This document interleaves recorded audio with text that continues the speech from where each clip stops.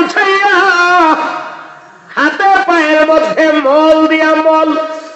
আপনাদের দেশে মলকে কি বলা হয় আমি জানি না। ওই যে জঞ্জনি জঞ্জনি শব্দ করে ভেতরে যে আপনার কি থাকে, ছোট ছোট গড়ি থাকে, হ্যাঁ জঞ্জনি জমর জমর নাকি? আচ্ছা যেভাবে বিষয়টা বুঝছেন তো, জঞ্জনি করে শরীরে কাপড় নাই, ফজরের নামাজের পরে আল্লাহর ওলি আমার আল্লাহর কোরআন তেলাওয়াতে মশগুল। আল্লাহর ওলি ঘরের দরজায় বসে আল্লাহর কোরআন তেলাওয়াত করে। এমন সময় ওই মেয়েটা আল্লাহর ওলির সামনে এসে যেই মাত্র দাঁড়ায় গেছে, হঠাৎ করে একটা শব্দ শুনলে এক নজর দেখা এটা মানুষের স্বাভাবিক অভ্যাস। কথা ঠিক না? এটা স্বাভাবিক অভ্যাস। হঠাৎ যদি একটা শব্দ হয়, হাঁটতেছেন হাঁটতেছেন আটকা শুনেন পেছন দিকে একটা শব্দ হয়েছে, কি শব্দ রইল? এটা দেখা মানুষের স্বাভাবিক অভ্যাস। কথা ঠিক না? আল্লাহর ওলি এক নজর এমনি চাইছে, ছায়ায় দেখে বাপ বালানা, নজর সামলাইয়া ফেলছে। একবার যে চাইছে এটা অপরাধ না, কারণ এটা মানুষের স্বভাবগত কারণ। কথা ঠিক না? স্বভাব, এটা অভ্যাস, চাইবেই মানুষ। চাইয়া নজর সামলাইছে, সামলাইয়া উনি ভাবতে লাগলেন নিশ্চয়ই আমার ঈমান নষ্ট করার ষড়যন্ত্র, আর কিছু না। আল্লাহর ওলি মনে মনে সিদ্ধান্ত নিলেন যতক্ষণ পর্যন্ত এই মেয়েটা আমার কাছ থেকে না যাবে ততক্ষণ পর্যন্ত আমি কোরআনের তেলাওয়াত বন্ধ করব না। আর মেয়েটা সিদ্ধান্ত নিয়েছে আবার দ্বিতীয়বার যতক্ষণ না চাইবে আমিও যাব না। আল্লাহর কোরআনের তেলাওয়াত চলছে। ও ভাই, মহাগ্রন্থ কোরআন কারীমের ব্যাপারে আমার আল্লাহ এমন একটা মজা দিয়ে রাখছে, এমন একটা স্বাদ দিয়ে রাখছে গো, যেই মজা আর যেই স্বাদটা পৃথিবীর অন্য কোনো কিছুর ভিতরে আপনি খুঁজে পাবেন না। কথা ঠিক না বেঠি? আল্লাহর কোরআনের ভেতরে মজা চিনি না নাই। রাসূলের কাছে আইছে একদম তেলাওয়াত করে শোনাবেন। এজন্য পবিত্র কোরআন শরীফের তেলাওয়াত কেউ যদি শুনতে চায়, আপনি যদি জানেন কখনো তেলাওয়াত করে শোনাইতে কার্পণ্যতা করবেন না। আমার নবীর কাছে যখনই দরখাস্ত করা হইতো, যেই করত আমার নবীর সাথে সাথে তেলাওয়াত করে শোনায়া দিত। আল্লাহ নাকি আপনাকে কোরআন দিয়েছে, কি সেই কোরআন একটু কি বলবেন? আল্লাহর হাবিব রাহমাতুল লিল আলামিন আল্লাহ সমস্ত নবী রাসূলরে মিলাইয়া যেই পরিমাণ কণ্ঠ দিয়েছিল গো, এর চাইতে লক্ষ কোটি গুণ বেশি মধুর কণ্ঠ আল্লাহ আপনার আমার নবীর দান করেছিল। মায়ার নবী তিলাওয়াত করছিলেন তিনটা সূরা, তিনটা সূরা এত সুন্দর মিলানো যে ওরা বাধ্য হয়েছে তেলাওয়াত শুনে কালিমা পড়ে মুসলমান হইতে। সুবহানাল্লাহ। নবী শুরু করেছেন তিলাওয়াত।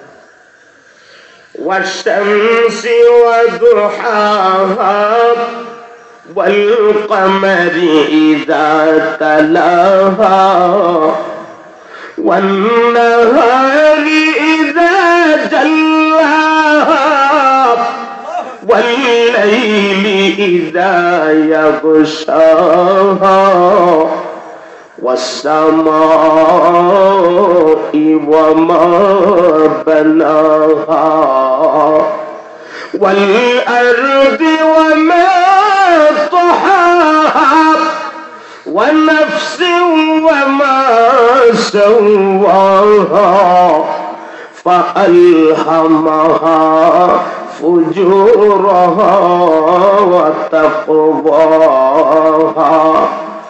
قد أفلح من زكاها وقد خاب من دساها كذبت ثمود بطغواها إذ انبعث أشقاها فقال لهم رسول الله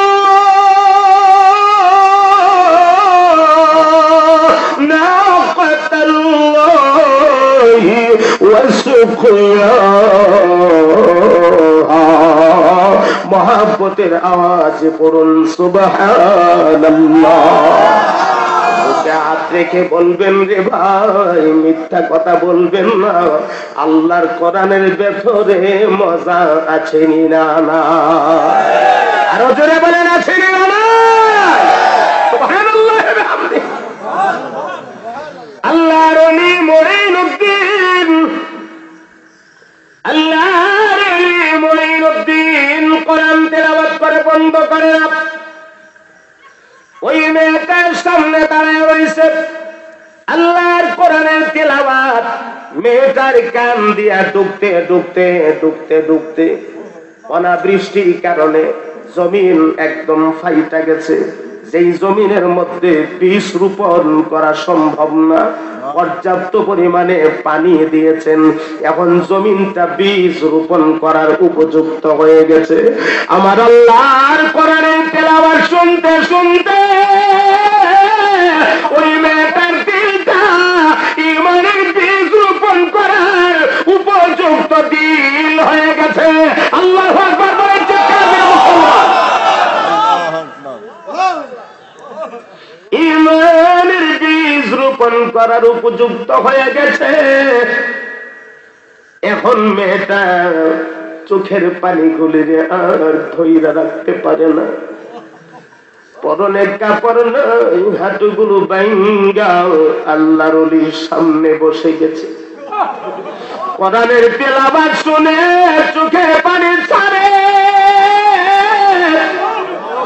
আমার আল্লাহ ডাকেন, জিবরাইল,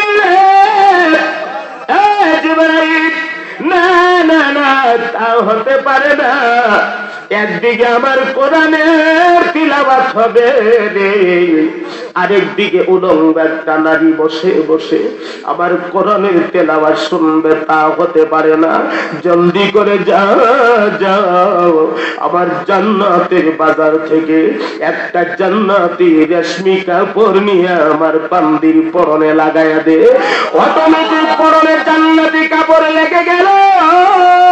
আল্লাহর ওলি তো তিলাওয়াত করতে আছে, আর মেয়েটার চোখ থেকে পানি বের হইয়া এই পানি সামনের জমিনে পয়রা মাটি পর্যন্ত কাদা হয়ে গেছে।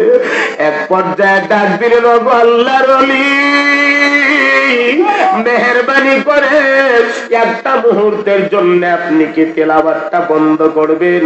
আল্লাহর ওলি বলেন, না না না, তোমার মতো এমন দুশ্চরিত্র একটা নারীর দিকে আমি চোখ তুলে তাকাইতে পারি না।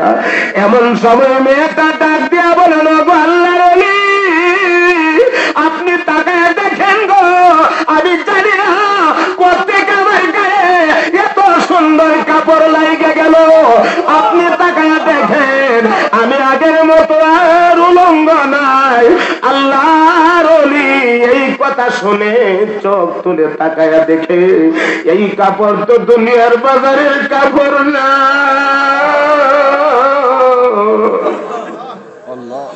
কারণ দুনিয়ার বাজারের কাপড় তো এমন হতে পারে না। আল্লাহর ওলি ডাক দিয়ে বলেন, কেমনে রে কাপড় তুই পাইলে, আমারে কি একটু বলবে? মেয়েটা বলে, ওগো আল্লাহর ওলি, আপনার কোরআনের তেলাওয়াত শুনতে শুনতে আমার চোখ থেকে পানি বের হতে শুরু হলো। আমি আমার মহান আল্লাহর পরিচয় লাভ করে ফেলেছি।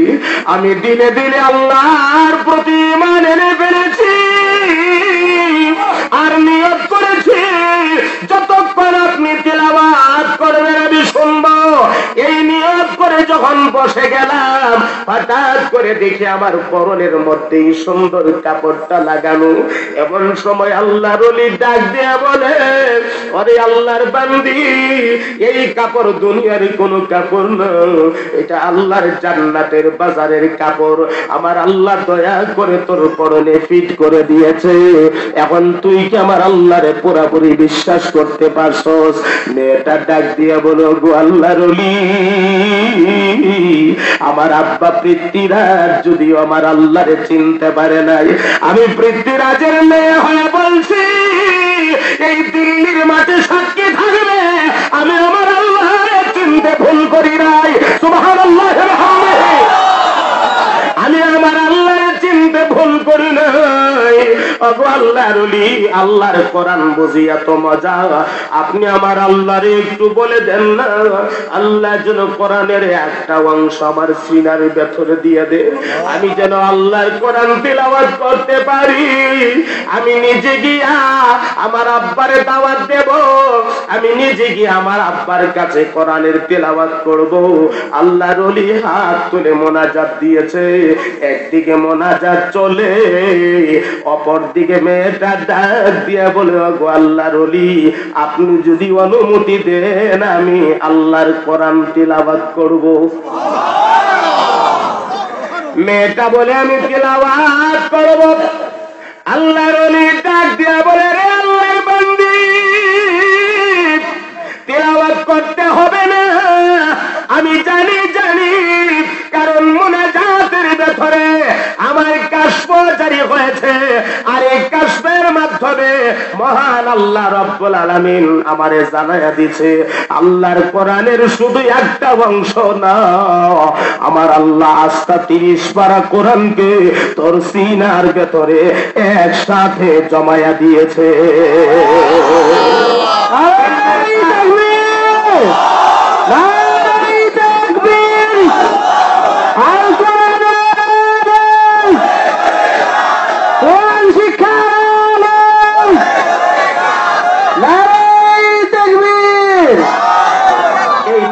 সিনার ভেতরে আমার আল্লাহ 30 পারা কোরআনকে একসাথে জমিয়ে দিয়েছিল। সুবহানাল্লাহ।